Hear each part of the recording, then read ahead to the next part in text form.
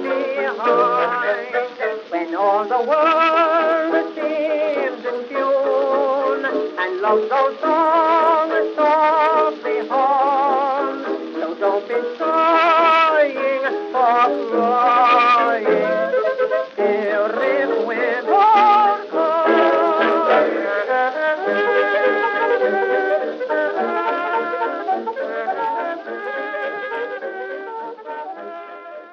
Hello, welcome to another Lawyers, Guns, and Money podcast, again about Game of Thrones, because everyone else is a fucking slacker. I'm Scott Eric Kaufman. I'm Steve Atwell. And we're going to be talking about The Children today, which I will just begin by saying I think that was the wrong title for the episode, but we can get into that. Should we just really? For Father's Day? I think there's a much better title for the episode, given that it was Father's Day. But well, you know, fathers and no wait, the Miller play was Fathers and Sons, right? Yeah. But you know, fathers and children. So I'll kick us off this time just because I wanted to echo something that I mentioned in my recap, which was that they clearly planned for this to be a sort of big event in the entire history of the series, because they actually began this episode by recapitulating the opening shots of the prologue. And we were talking about the prologue in the previous podcast, which you may have just watched, because we'll be putting these together. But yeah, I think I would have liked The Watchers on the Wall a lot better if it had just been all smashed together with this, because this is where it should be, with Jon walking out of the wall and into the wilderness and just returning us to that first moment of wonder. You know, what's going on? Where is he headed? Who's he going to meet? And then that is interesting. I mean, because I can sort of see why they kind of went the way they did. Like, they wanted something of a cliffhanger at the end of last episode.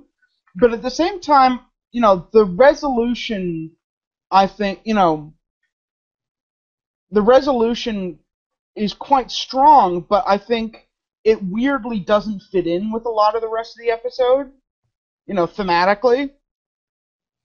At the same time, though, I think it was really well done.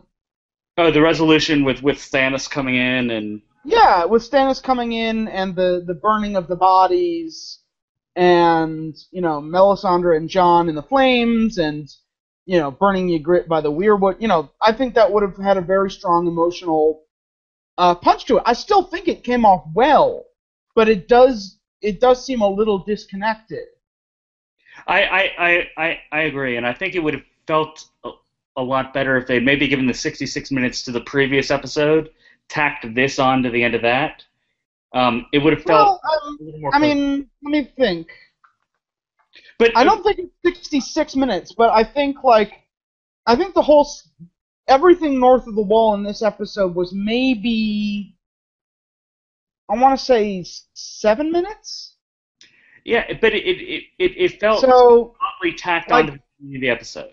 Yeah, no, I'm just saying, like, I think it would have been, say, 59 minutes for episode 9, and then drop this down to, you know, also around 59, 58 minutes. But irrespective of that, I think another way to look at this is, and I was writing about the second season of Orange is the New Black for the AV Club, and one of the things that's really sort of salient about that is that it's meant to be watched sequentially. Right.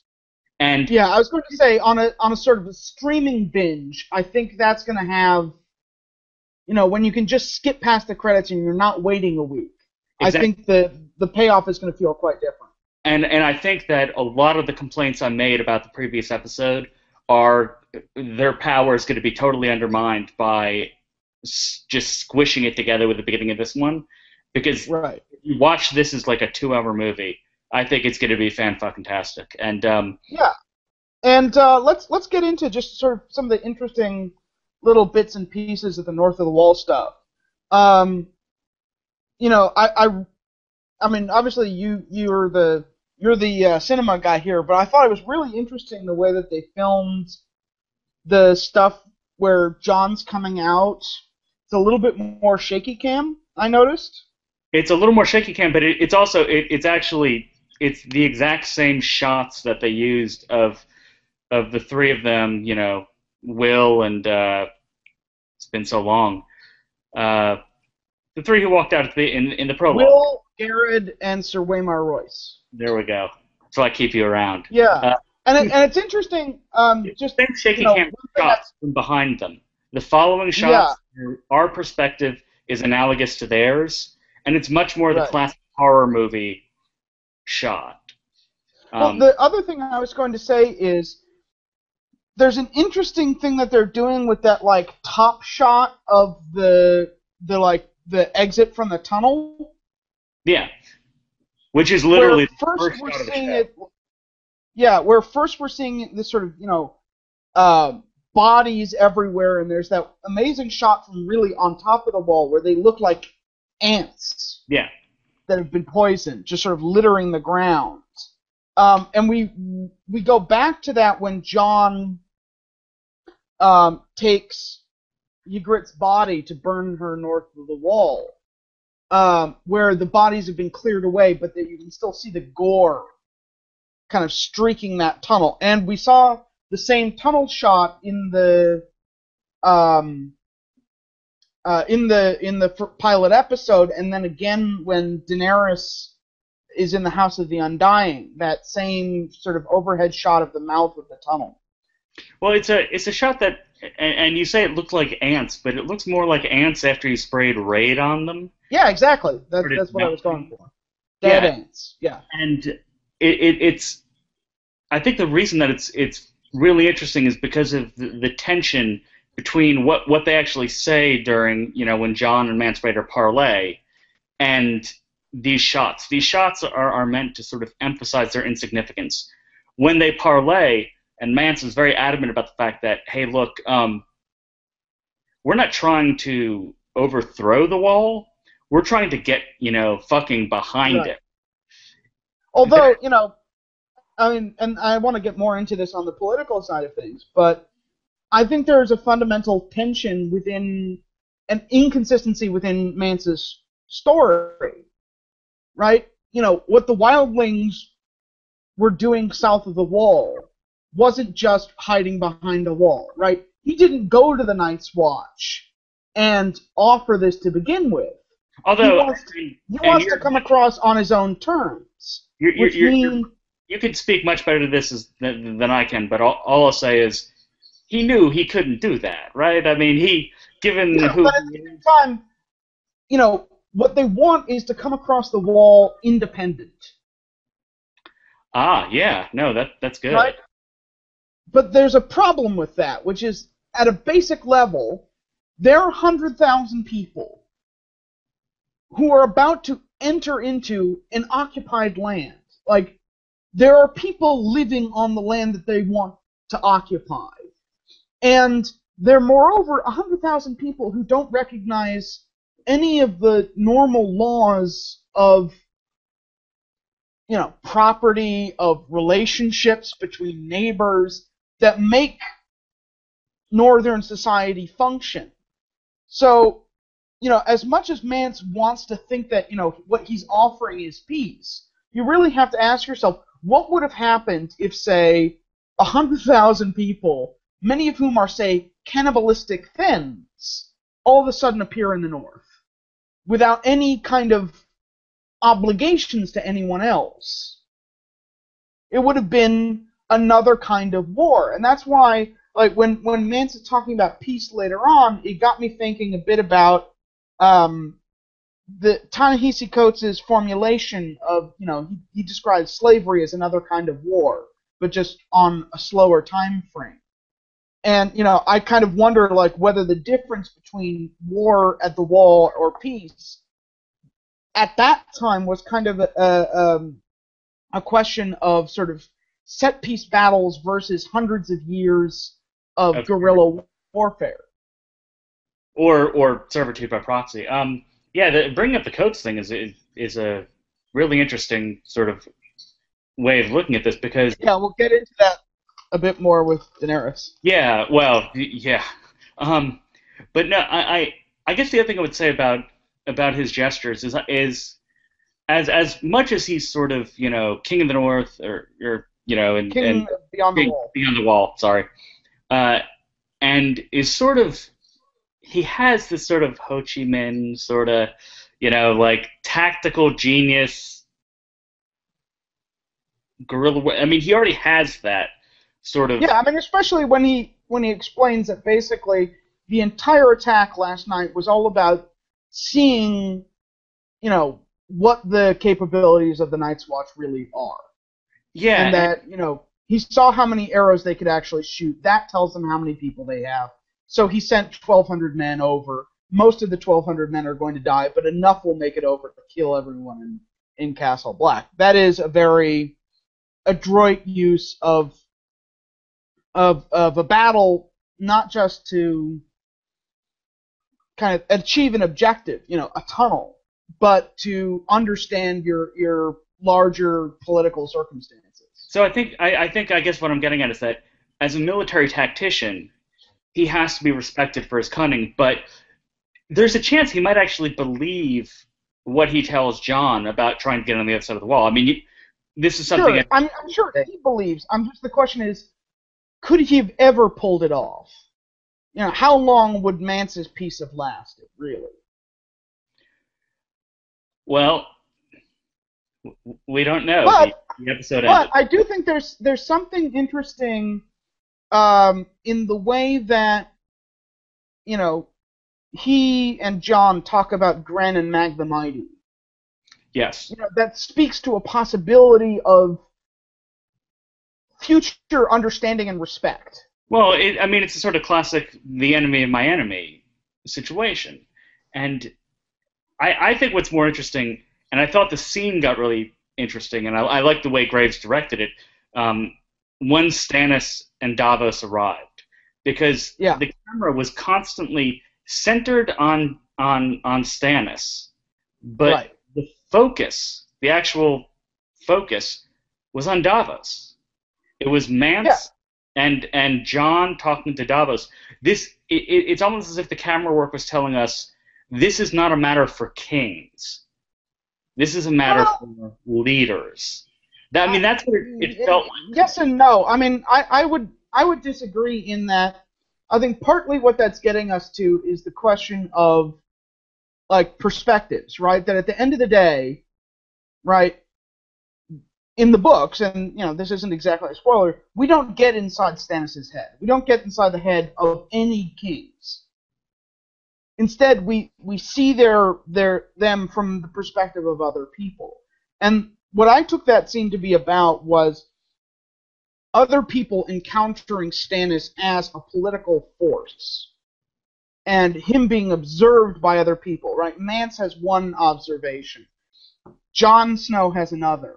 And Davos kind of has a third. He's another window into Stannis. But that's really, what you're saying is that the direction was sort of a function of the fact that Stannis doesn't get his own chapters in the books, so we had to be triangulated through. Or I guess it's just what makes Stannis important from a larger perspective is that he is a force that has to be negotiated with, right? Mance has to negotiate with him. Jon Snow is trying to negotiate with him. Davos has been negotiating with him for, at this point, 3 seasons. And the question of what the outcome of those negotiations are is the central thing. So just to kind of skip back a little bit, just to show you what I mean, you can see the power of what that Stannis represents when you see those overhead shots of the horses, of the cavalry coming. Okay, I will interject real quick. That was some terrible CGI. That looked like I was playing Civ 5. Yeah, who cares?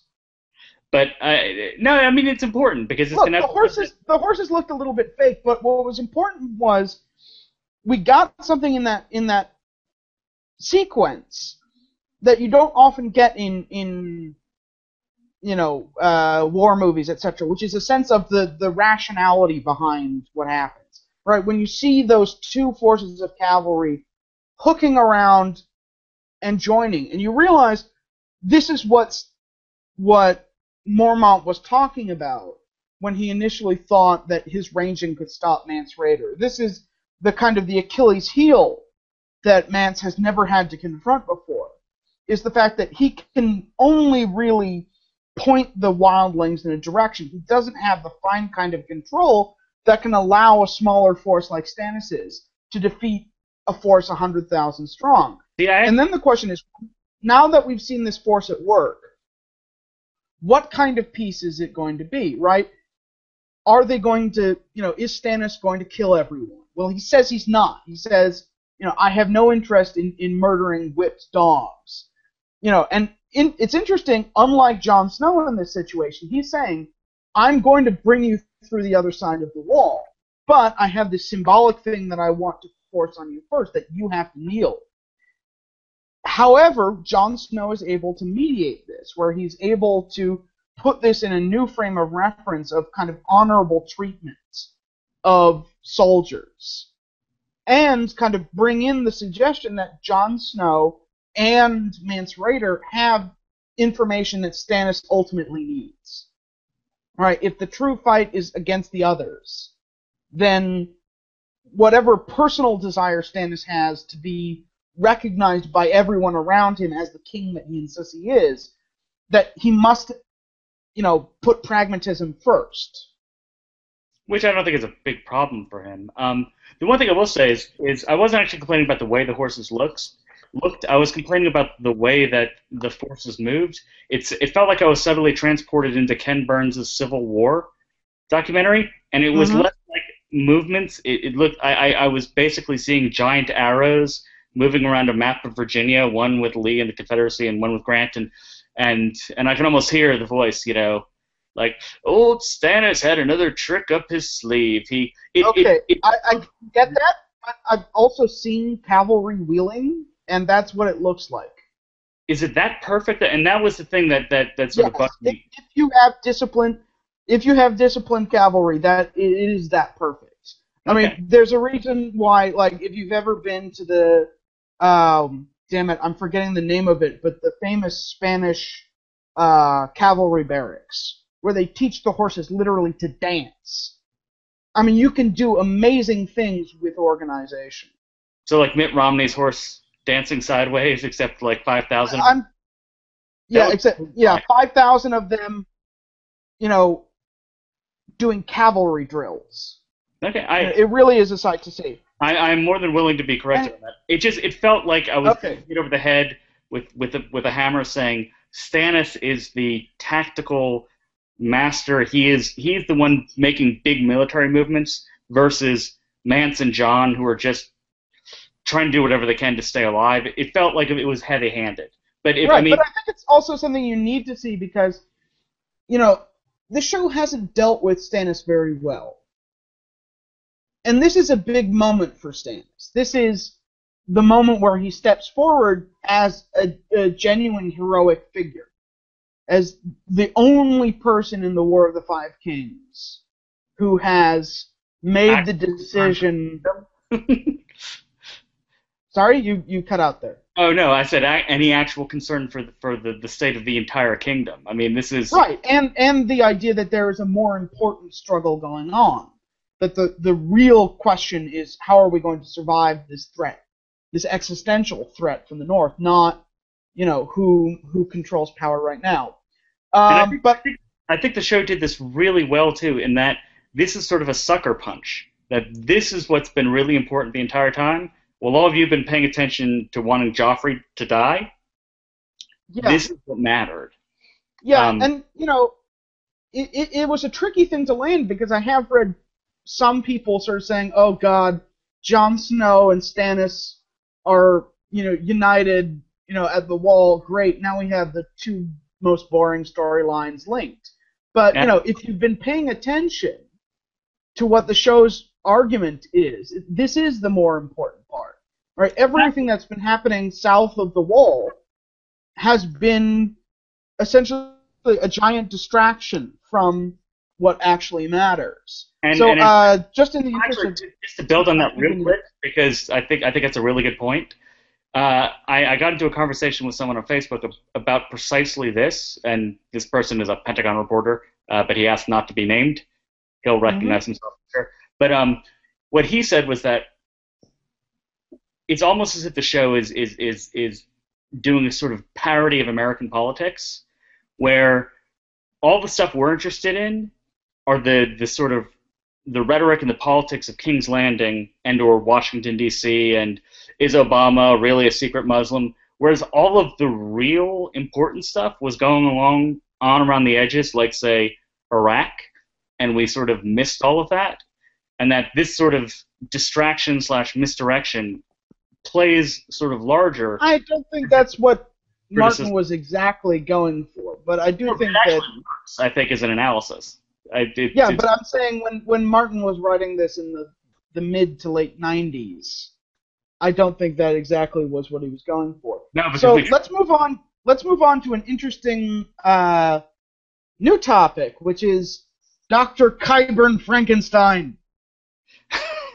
Okay. I enjoyed this scene so much.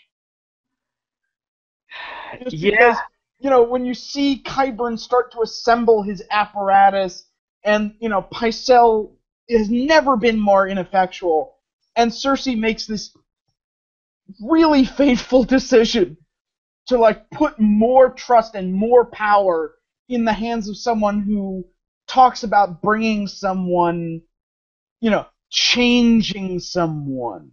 With and we'll get to that. We'll get to that later. But I think the really interesting thing for me here was that this is almost a continuation of the conversation between Mance, Stannis, and Jon in terms of who is a real leader and who is, who has the title versus who has the ability to affect change. Because the conversation they have about, oh, he's a Grand Maester. No, he's just the Maester. He's not even a Maester, right? It's a debate about title versus power. Exactly. And I thought it was really well done in this. And it's sort of like, well, if I prove I can bring him back from the dead. Right. And, I think the other thing that it also does is, it should put a slightly different tinge on the episode 8, on the fight between the Mountain and the Viper. Where, we've been condemning the Viper for being short-sighted and a hothead. But I think this shows another side of the Viper. That here is someone who's super dead. A little dead wasn't enough. Yeah. Well, not just that. That he planned to make sure that he would win no matter what happens. Yeah. And anyway, long term. But no, I agree with you. Yeah, exactly. It was wonderful. So the next scene between Cersei and Tywin felt a little strange, in that, first of all, Cersei is reversing her position from earlier in the season, right? Previously she's been pledging to, she will marry Loras Tyrell. She, as he put it, your many protestations of loyalty to this family, etc. But also, her threat doesn't seem to be very well thought out. If she announces to the world that Tommen is the product of incest, she's not going to stay Queen Regent. That's, this is, again, the issue of sort of power and symbolism. But there is force behind symbols. And, if she actually goes out and says, yes, everything that Stannis has been saying about me is absolutely true, that is going to massively destabilize the government. But it might be the only way that she gets any actual power back. I was sort of confused by this scene too, because, as you said, the threats seem sort of empty. In that, well, they didn't seem empty. They seemed much like, playing chess with an 8-year-old who brings out his queen on the 4th move because he wants to threaten you. It's like, you put a gun to your head and it's like, a kidnapper puts a gun to his own head and threatens to shoot himself. It's like the fall off is going to be so much worse for Cersei than it would be for Tywin. But it is still an effective threat, inasmuch as his concern isn't merely retaining power, but retaining power for his family. She knows she can But at the same time, does she actually move Tywin? Does she accomplish an objective in this scene?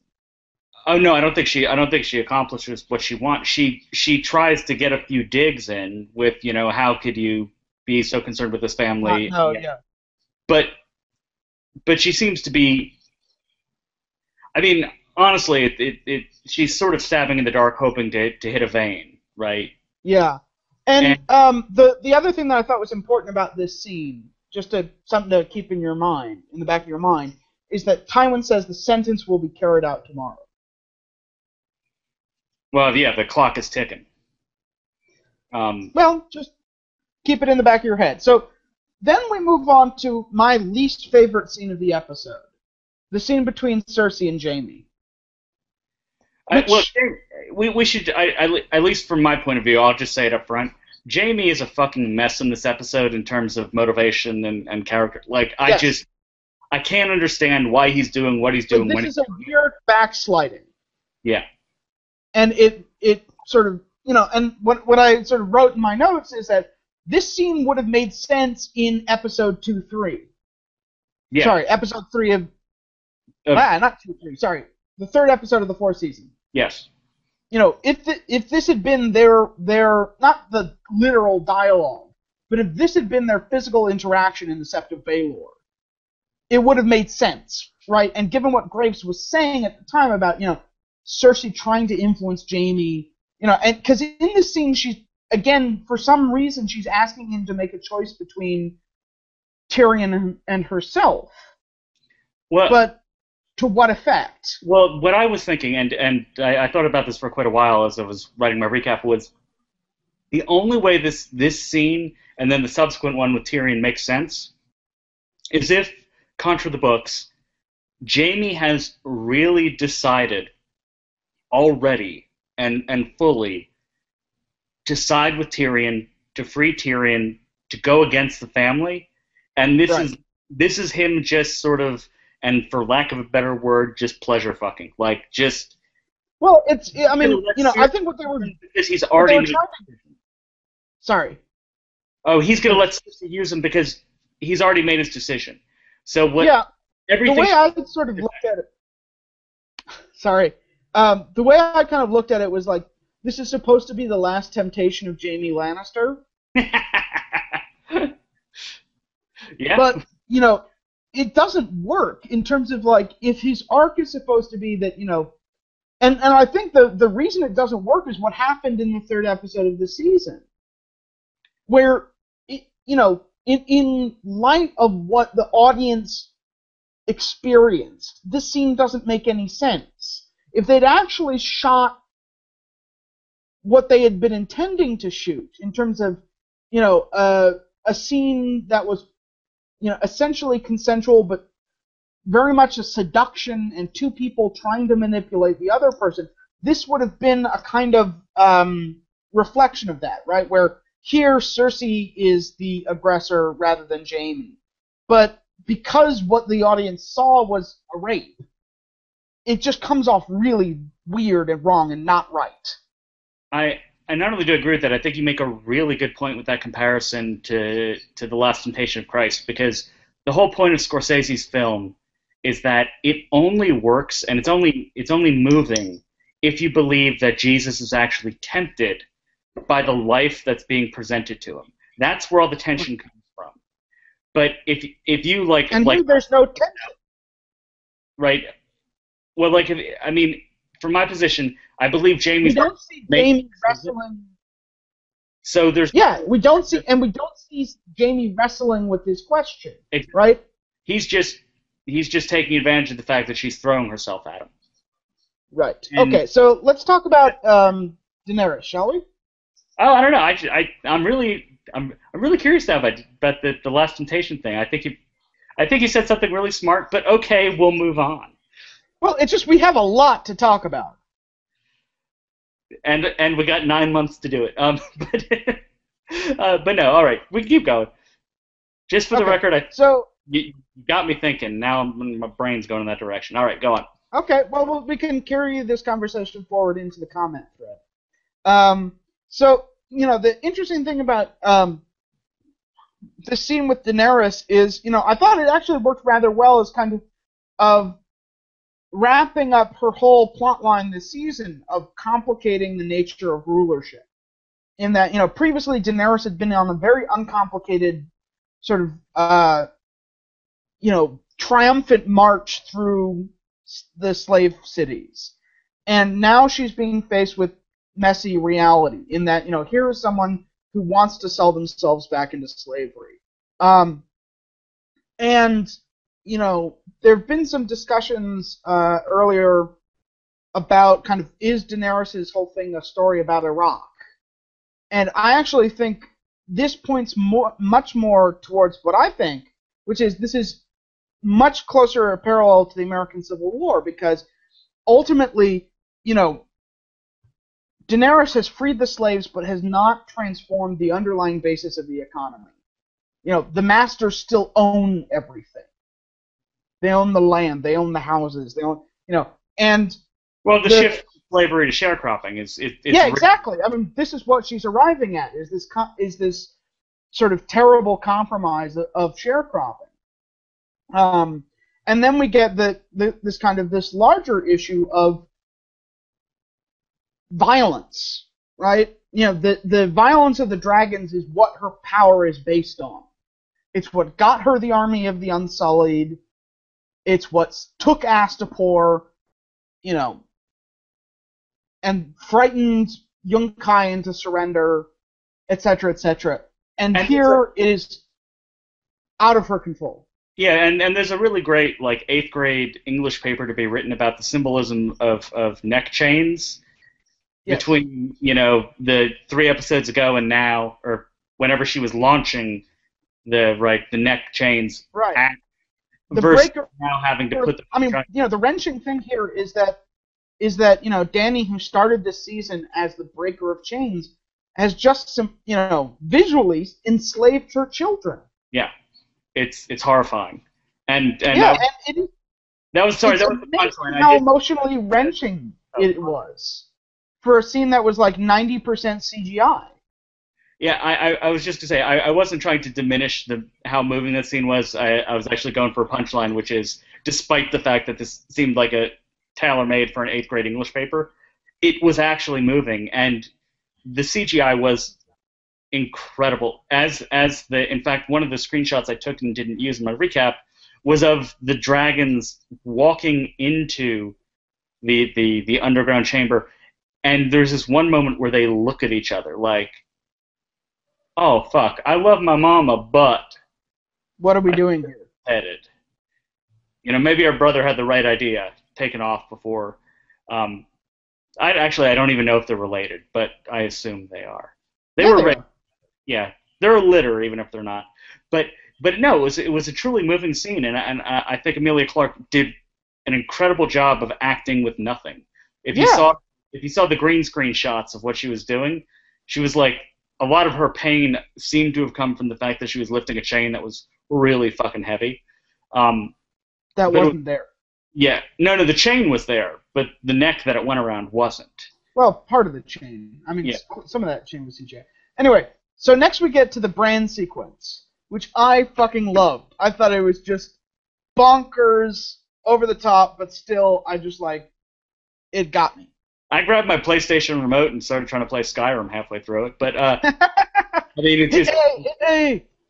That's a good thing. I mean, Skyrim, Oblivion are two of the best fucking video games ever, because of their engrossing narratives, but also the visuals, and it was incredible. And it was really a moment where the show was like, you know what, we're gonna go fantasy. Exactly. We're gonna show you skeletons. We're gonna show you, elves throwing fireballs. Oh, and they're not just going fantasy; they're going Final Fantasy. That tree was dead on. That tree of life from the one with the little, I guess it's Final Fantasy IX. With little, I mean, in fact, it looked like that opening shot. If I could find somebody to screen capture a video game, I would and compare it. But it was an announcement that, oh, by the way, if you thought this was sort of a quasi-realistic, if you hadn't been paying attention to dragons and all that shit.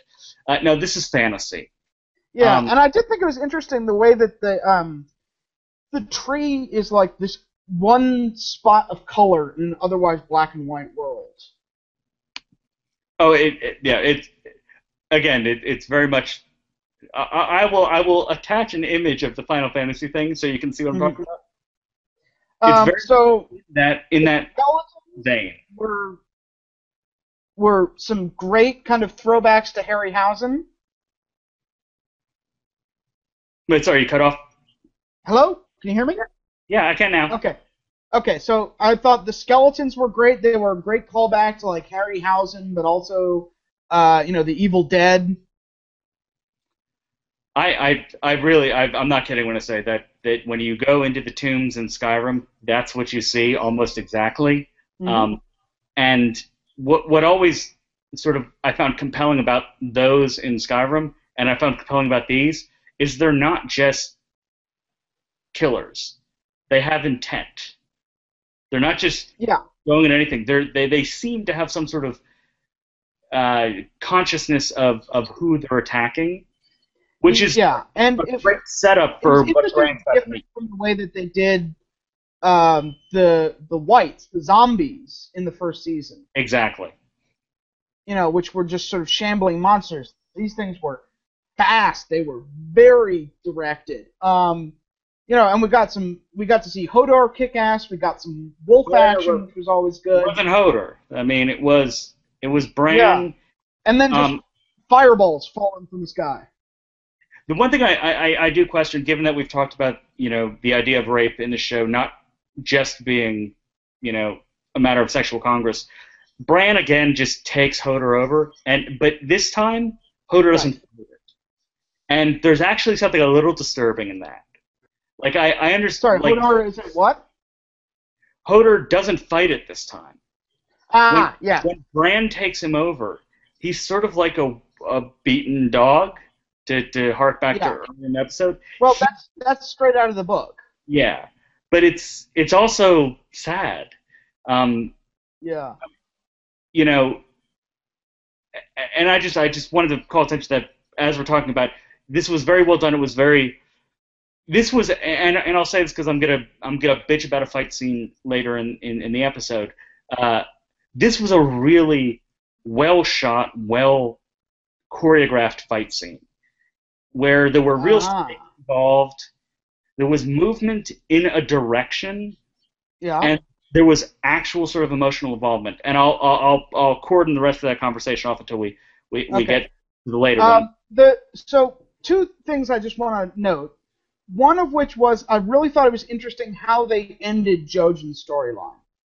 This is very different from the book. This is canceling out a well-known Jojen-paced theory. But it's interesting the way that it calls back to a previous episode, right? Remember when Jojen saw his hand on fire? Yep. How does he die here? Were there Fireball. fire? Yeah. My one critique is I felt that Bloodraven needed to be more tree here, a.k.a. the three-eyed crow. Yeah. It was very much a guy in some roots. He just looked like he was had stopped climbing a tree. Not that he's supposed to have literally a tree, trees as invading his body. So hopefully they'll do more with that. Next season. that was sort of disappointing. And as I mentioned to you on Facebook after the episode, it suddenly felt like I was watching the finale of True Detective more than I was actually seeing a man who had become part of the tree infrastructure of. Right. Well, I'll stop that. Okay, so let's talk about Brienne, Arya, and the Hound. Yeah. Because I think we have different opinions about this.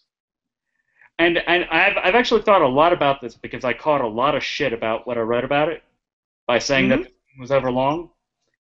What I'll say is, I think a lot of the people who are complaining about that have never seen a Kurosawa film. They've never seen what a hand-to-hand combat between two people that's filmed in a compelling way looks like. This was, much like the last episode, very well done. It was incredibly competent. It felt long to me because it wasn't surprising. It I mean, it was surprising from the point of view of, what happened, what I knew was going to happen and whatnot. But in terms of the filming of it, everything that I was just praising about the previous scene, this lacked. It was I really disagree. You know what this reminded me of? The fight sequence in Deadwood. Or rather, fight sequences in Deadwood. Where especially the fight between Dan Doherty and what was Hearst's bodyguard's name?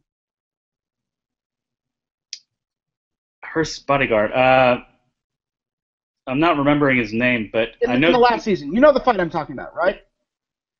In the sense of just the nature, how brutal that fight got. And, it really, I mean, in terms of surprise and everything else, I thought there was a real direction in the way that it moved from the kind of the elegance of sword fighting, where, you see two really evenly matched people down to this level of, savagery where they're beating each other, with rocks and, using their teeth and really, kind of regressing. They weren't evenly matched. I mean, the Hound had his shoulder already wounded. Brienne was sort of confused as to whether or not she should even be fighting half the time. I think they were an amazingly even matched fight. So a wounded Hound equals a Brienne? He wasn't really that wounded. I think at the end of the day, the neck wound thing was a giant red herring, right? Because excuse me, all of the book readers expected, that's how the Hound is going to fall, right? But instead, we have this thing that never happened in the books, where Brienne just straight up kicks his ass, and not just with the neat sword fighting. She shows that she can get just as nasty and dirty as the Hound, and it's kind of interesting the way that they're sort of these interesting mirror opposites, in that they are both not knights, right? They're both not knights. They're both devoted to protecting a Stark and to finding and and they're people whose lives have been about protecting others, right? All that Brienne wanted was to protect Renly. They're both failed protectors, right? The Hound was supposed to protect Joffrey, and he abandoned his post. Brienne was supposed to protect Renly and Catelyn, and wasn't able to do either for reasons entirely out of their control. Okay, well, those are way different, though. I mean, Brienne, what she couldn't control was, fucking smoke demons coming out of... Yeah, but also just not being there. I do understand what you're saying about... I think that feeds into the whole, the sort of thematic question in this fight, which is about the nature of mistrust and loyalty. Right? Because in a way, this is a fight that shouldn't have happened. Right? If Pod had pulled the wolf bread out of the bags, as proof of their bona fides, then maybe there wouldn't have been a fight. But what we're getting here is a fight that happens because of the nature of mistrust and tangled loyalties. That we know that Brienne is absolutely sincere in wanting to protect Arya. But at the same time, her loyalties are uncomfortably tangled with, the Lannisters, and especially Jaime Lannister's desire for some kind of redemption. Whereas, the Hound, his response is very much driven by the bounty that's on his head, what that has to do with Arya, but also, at a certain basic root, he's not, there's been this tension whether he is Arya's kidnapper or protector. And he's making a choice here at the end to be her protector. Okay, and to stand in between her and the Lannisters. And what I'll say is, irrespective of how I think the fight was shot, what I really liked about this whole sequence was that exact tension, where he actually becomes her protector, and then we get the scene of her not killing him, especially after what happened in the previous episode. That I love. And they really held that scene a long time. That felt a lot of built-up tension with Arya just not reacting. Well, because and the question everyone was asking is, did she not kill him because he was on her list, or did she not kill him because she had taken him off of her list and she can only kill people on it? I read a lot of stuff that's about. a good question. I don't know how to answer it, but I think leaving that up in the air, the scene ended. Another way to put this is that scene ended really well for me. I got bored during the fight.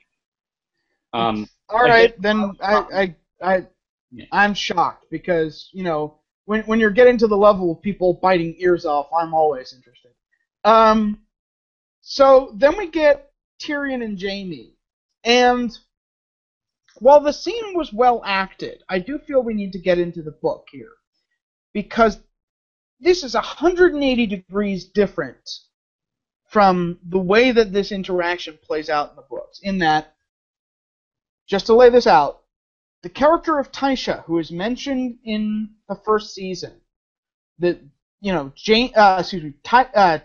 first love, right? Who he has fought for decades, was a prostitute that Jaime hired to kind of, have him have his first experience, and is part of the reason why he loves Jaime, is he thinks that Jaime was the one member of his family who looked out for him, even if it had horrible consequences. And that gets ripped out from him. And it's what drives Tyrion's motivations in the tunnel. It's why he chooses not to go out safely, but to confront his father.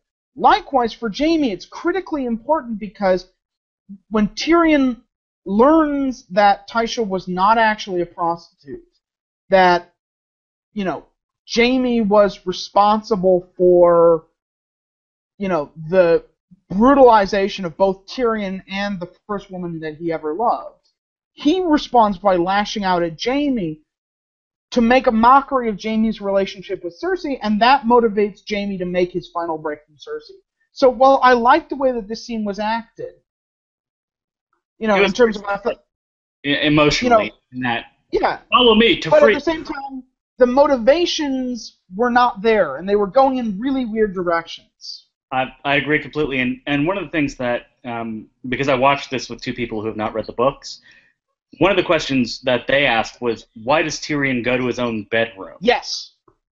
And my only answer was maybe he wanted to grab something that was there, and then he sees Shae in his bed, and she says his father's name, which seems to indicate that her reward for betraying Tyrion was his bedroom, That's not quite what I was going.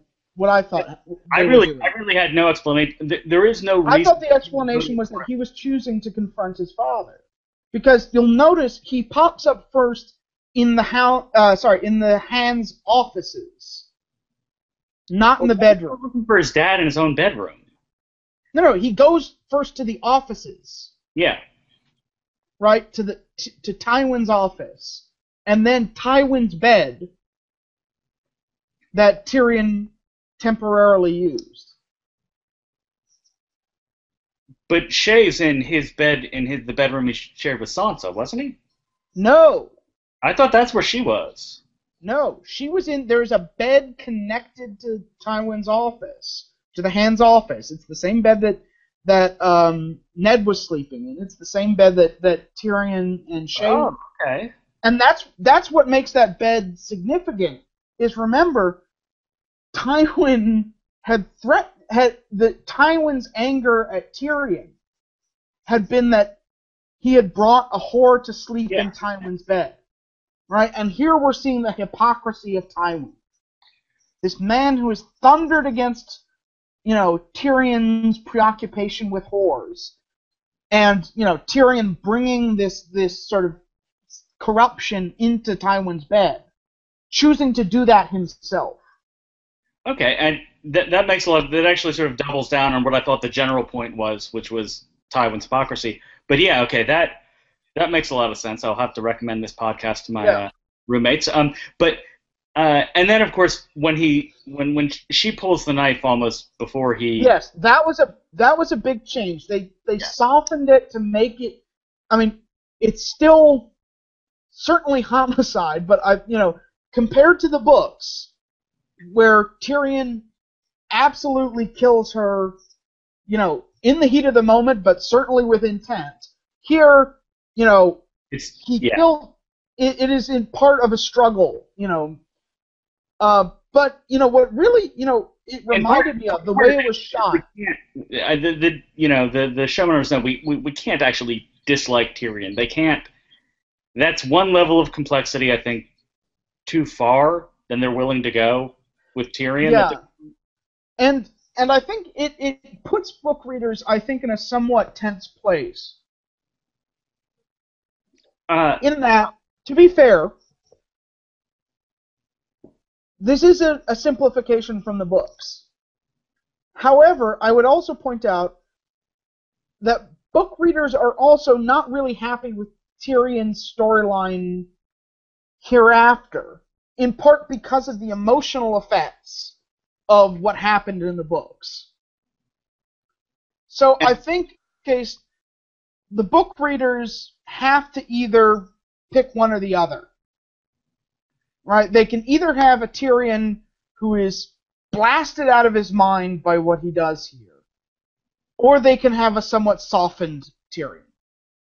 And I think they're going to get the softened Tyrion. And, I mean, this is a show that takes a lot of risks, so I'm not knocking it for not pressing that. But I think we're clearly going to get a softened Tyrion. And I'll just note that I did love the fact that it was Princess Leia strangling Jabba the Hutt right at the end there. The way he wrapped the chain around her neck, pulled her. Yeah, but to me the parallel was actually Othello and Desdemona. Oh, go high culture. Sure, but I mean, the way that the bed was shot, the fact that it was a canopied bed, the lighting. I mean, it really reminded me of the way that Othello is often, Othello's murder of Desdemona. What was the Julia Stiles adaptation? They were both shot with the big giant canopy beds. That's in part because of the screening that needs to be done in those scenes. Yeah, exactly. But the only reason I bring up Return of the Jedi, well, one, we've mentioned it pretty frequently, more so than I thought we would have in previous podcasts, but also because of the way the episode ends with the sort of skiff going to nowhere. But we'll get to that in a second. Yeah. And I'll give, I think Peter Dinklage deserves a shout out here. His sort of physical acting when he's sitting down, and his face is contorting, and then there's this moment of grief, and then there's this moment of intention where he sees the crossbow, is brilliant. I can't confirm this, but I know a person who is an assistant director on the cast, and they say that what they were telling Peter Dinklage in that moment, don't shit your pants. Look like you're trying to not shit your pants. Like you're in the car, and it's another 10. That worked. That direction worked. It did, but the only reason I mentioned that is because I like the contrast between the low and the high. I think Tyrion, from the moment that that Graves pulls out of that shot of the lion on the crossbow and pulls back so where you can see Tyrion's face, from that moment on, Tyrion doesn't say anything, and yet it's well, he says very little, but it's just, if he hadn't already earned all of the awards he will be given if we live in a just world in previous episodes, he would have done so right here. It was just... Yeah. And I love the touch of the crossbow winch. The way that he's dragging it on the ground. Oh, yeah. But also its presence there at all, because it puts a spin on his, let's just get to it, his murder of Tywin. That he hasn't just gone there to confront his father. He's gone there to kill him and to make damn sure he's dead by giving himself the option of a second shot. Absolutely. And yet he's still dragging in a way that makes it seem like he's he knows he's made the right decision and is yet still dreading it a little, even though I wasn't quite getting that from the dragging. It reminded me a little bit of what's the zombie movie with the rage virus where someone's 28 Days dragging a pitchfork 28 on the days ground? No, pitchfork. Pitchfork. The crazy ones? The something ones? It's not ringing a bell, but Okay. Anyway, there's a shot where you're in a hospital and one of these crazy people is dragging a pitchfork along the ground, and it's kind of this like dissonance that is setting up kind of menace. And then we get this really fascinating conversation with Tyrion and Tywin, where Shay almost becomes Tysha. In terms of the way that that her name and Tyrion's sort of reaction. I mean, clearly he has not killed this person lightly, right? The way that he says, I can't go back there, she's in there, and the way that he's, even though he killed her, he sort of killed his father for insulting her, which is weird and interesting. Well, I mean, in that moment it seems like that, but he also harbors other resentments. I mean, sure, but it's the thing that sets him off. So the interesting thing about this scene, I mean, obviously, some fascinating power dynamics. The way that Tywin keeps trying to get up to reclaim some dignity, to reclaim height, literally, whereas Tyrion uses silence to kind of pin him down. Hey, I'm the film guy, but yeah, that's what I was going to say. Go on. Okay. But the other thing that was interesting is, one, Tywin lies to Tyrion here, right? And we're sort of clued in on the lie, right? In the books, the scene between Tywin and Cersei where he says, "I'm going to kill Tyrion tomorrow," doesn't happen. So in the moment, you're sort of left uncertain as to whether or not he's telling the truth. But here, you're sort of shown that Tywin is very much lying. But then there's this interesting thing of, you are my son, I am your son, you are not my son, I am your son. And I really liked it, especially because someone had been on the IMDb message boards putting out spoilers for this episode. And two things that they said that I had been dreading turned out to be lies. One of which was they said that Arya kills Podrick, which would have had me tearing my hair out. And then the other one was they were going to say that they suggested that in this scene, Tywin was going to reveal that Tyrion was actually the son of Aerys, the Mad King, who had raped Tywin's wife. And I saw something about that, and I chose not to think about it. I think that's the kind of thing you need to do more often, I think. Sure, but the relief I felt from that, where instead it was very much like Tywin is trying to save his life by offering acknowledgement that Tyrion has been looking for all his life. But that Tyrion, I think in the end, kind of refuses Tywin's offer and sort of ultimately insists that what makes him Tywin's son is that he is the kind of person who would murder his father.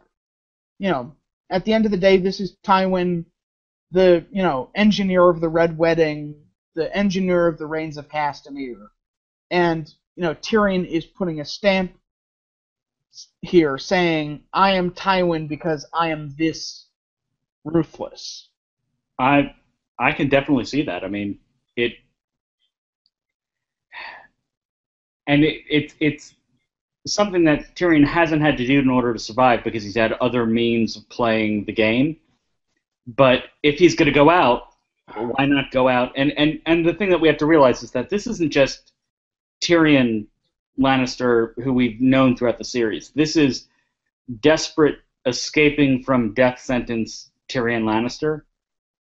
Right? I think it's also, in a sense, Tyrion who's given up. right? A Tyrion who's been looking for recognition from his family Okay, I think you for have to season. not giving up, giving in, and he's giving in to being Tywin's son. Yes, he's giving in to his darker impulses. Freud would have a field day. Everyone go read Totem and Taboo, and then we'll cover this again. Yeah.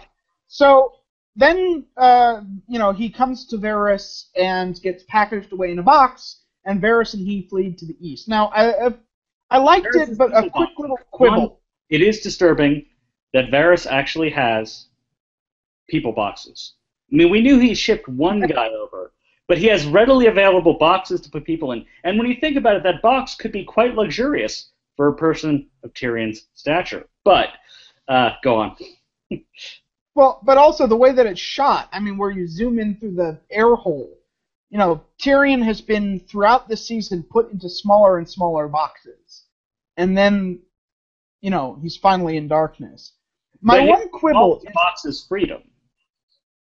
Yeah. I mean, that's the irony of that shot, is that as he's being treated as cargo, he's actually free, which, if we're going to talk about the idea about slave dynamics in this episode, it is really odd that the moment of freedom comes through being put on a boat, being sent put in across a cage, Yeah. So my one quibble is that I would have liked to see Varys a little bit more in this episode, because in the books, Jaime coerces Varys into freeing Tyrion. And it's Varys who leads Tyrion through the tunnels. And Tyrion asks him, "Which way to my father's chambers?" And Varys tries to dissuade him in the same way that Gene Wilder in Charlie and the Chocolate Factory says, "No, stop, police." Sort of saying, don't go up this stairwell. Don't go 150 steps up. Don't look for the crossbow. So, in a sense, what I'm annoyed is that they've kind of robbed Varys of his masterstroke. Or one of his masterstrokes. Yeah, I'm just weird little person carry over in your metaphor, but I was not going there. Anyway, but in one small action, he has completely destabilized the Lannister power structure. Right? Tywin, the thing that we've been saying, is holding this whole thing together, and he's gone now. The one thing I'll riff on your Willy Wonka comparison is that Gene Wilder did in fact think he controlled the little people, but did not. That was really not where I was going. I know, but there is a sort of Willy Wonka as the overlord of the entire chocolate factory, and the little people as his pawns, and a pawn getting out of control. Varys can be seen as a similar figure. What a lot of people were asking about this was,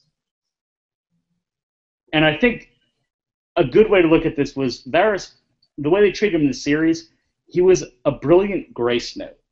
Like, when they showed him for that brief moment at the end, it put at least into my mind, in the mind of non-readers, that he had orchestrated all of this somehow.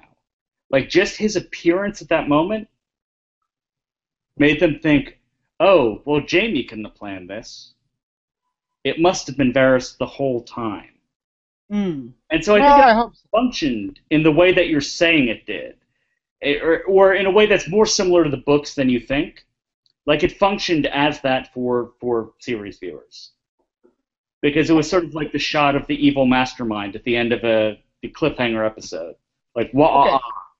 So let's move on to Arya finally cashing in that coin from season 2? 1? 2, no? Yeah. 2? I believe it's Syrio, in which case it's 1. I'm not letting that go ever. You're just wrong about this. I'll never accept. And you're making Syrio sad. Anyway, I love this sequence. It was beautiful. It was kind of mysterious. What does it mean? What does the coin mean? What does it mean? That the ship captain knows the right response word, and we're all gonna find out next season. Oh, it didn't even occur to me that that was mysterious because I just assumed.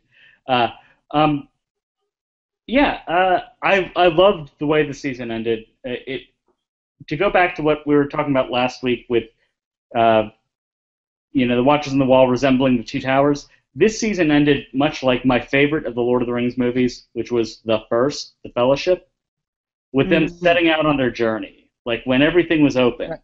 Except what was really great about this is because of what Arya had just done by letting the Hound die, it wasn't actually everything was open. It looked like it, but on the inside you still felt, holy shit, she has become cold-blooded in a way. Yeah, well, it's also she's made a choice, right? She could have chosen to either kill the hound, to kill the hound. She could have chosen to go with Brienne. But now she's choosing to go to Bravos, where a face-changing assassin told her to go. That's an interesting choice. It is, and I think they'll do wonderful things with it, I hope. But I guess the thing that I liked was the absolute, I think, constructive hypocrisy of the final shot, which was this is a young, innocent girl. Her heart will go on. I mean, you have that Yeah. almost Titanic shot. She is going off to lead a new life, leave behind everything, even though she is not the Arya that we came to know and love in the earlier seasons. She is, in in all respects, a moral monster at this point. And we Or only we only is like her because we agree that the same people she thinks should die. But she's actually become this sort of horrible and a friend of mine mentioned that he felt a lot like he was reading the early Frank Miller Elektra comics in the old Daredevils. I think it was like 165 somewhere around there. Uh, like it was the same thing. She was a good person. Terrible things happened to her. We still root for her, but she's actually become. I mean, we should be embarrassed for our support of her at this point, given what she. okay. So I I think we should end on that note for anyone who doesn't want spoilers and give a Exactly. 5-second count for spoilers. All right, so let's One, do hello, my baby. two, Hello, my darling. Hello, my three, ragtime 4, gal. 5. All right, Okay, so time. let's talk about what didn't happen in this episode. Lady fucking Stoneheart. Jesus. Yeah. So, um, I've been thinking about this a bit because initially I was kind of frustrated that it didn't happen in this episode. But thinking about the economics of filmmaking here, I'm thinking bringing Michelle Fairley back for one scene in a season was never really going to fly. But I think now Brienne's storyline is kind of set up for Lady Stoneheart in that there's nothing really left for her to do except to meet Lady Stoneheart and then to meet Jaime. So I I think it actually kind of works. and I agree because this cuts out a lot of the Brienne and Pod aimlessly wandering. Or flailing around, Yeah. chasing false rumors, Which, running into the wrong people. actually, though, in all honesty, this could be the show, the spin-off of the Pod and Brienne's adventures, where they go off and are constantly being put in the wrong direction, and that actually could work as a sort of. Yeah, except that I think what they're going to do instead now is we get more of this kind of coalescing, right? They're bringing figures, into the books that perhaps didn't quite interact in the way that they have before.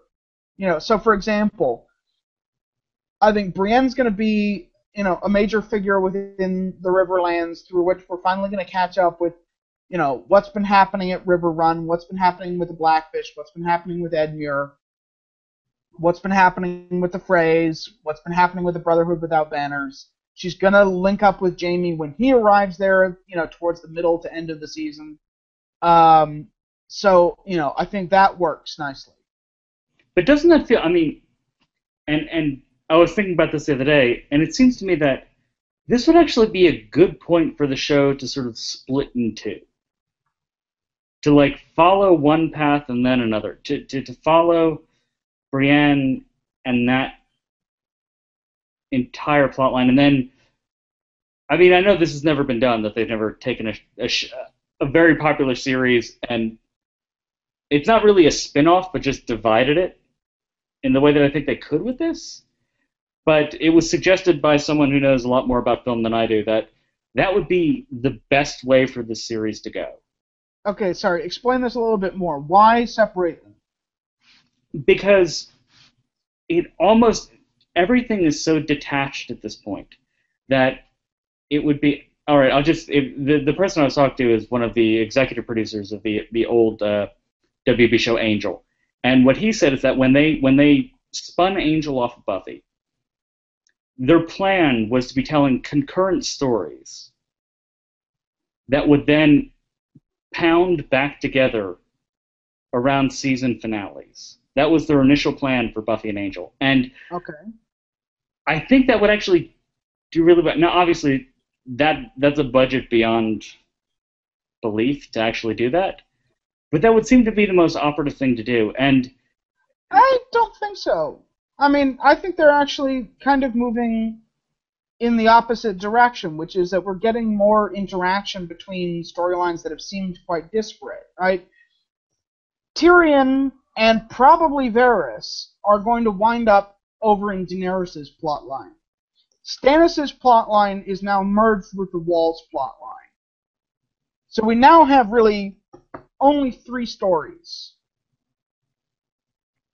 But we have, and this, going with what we were talking about earlier about the importance of what's going on at the Wall, we have one big bad.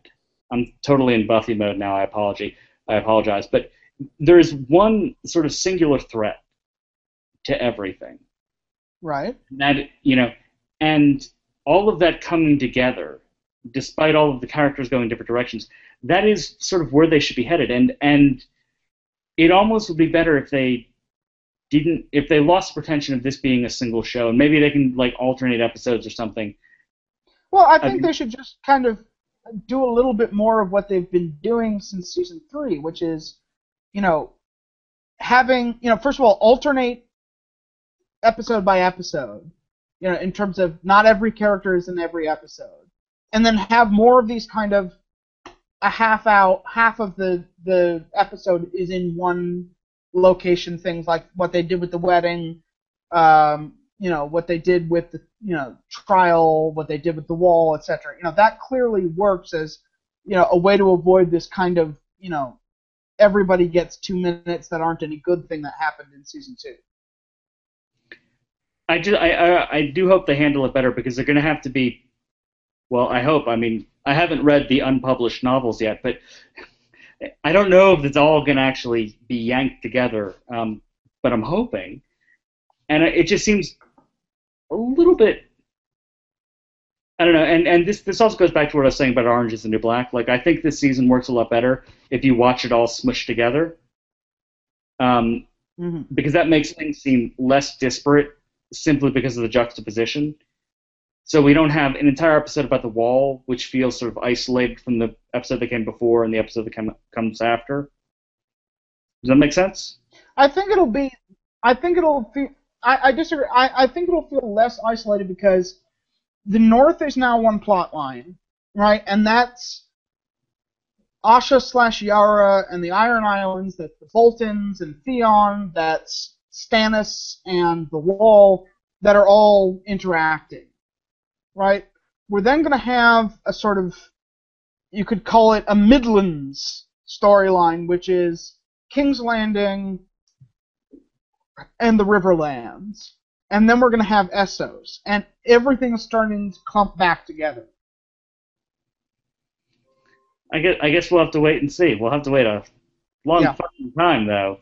Okay, so shall we sort of talk about what's going to happen this summer?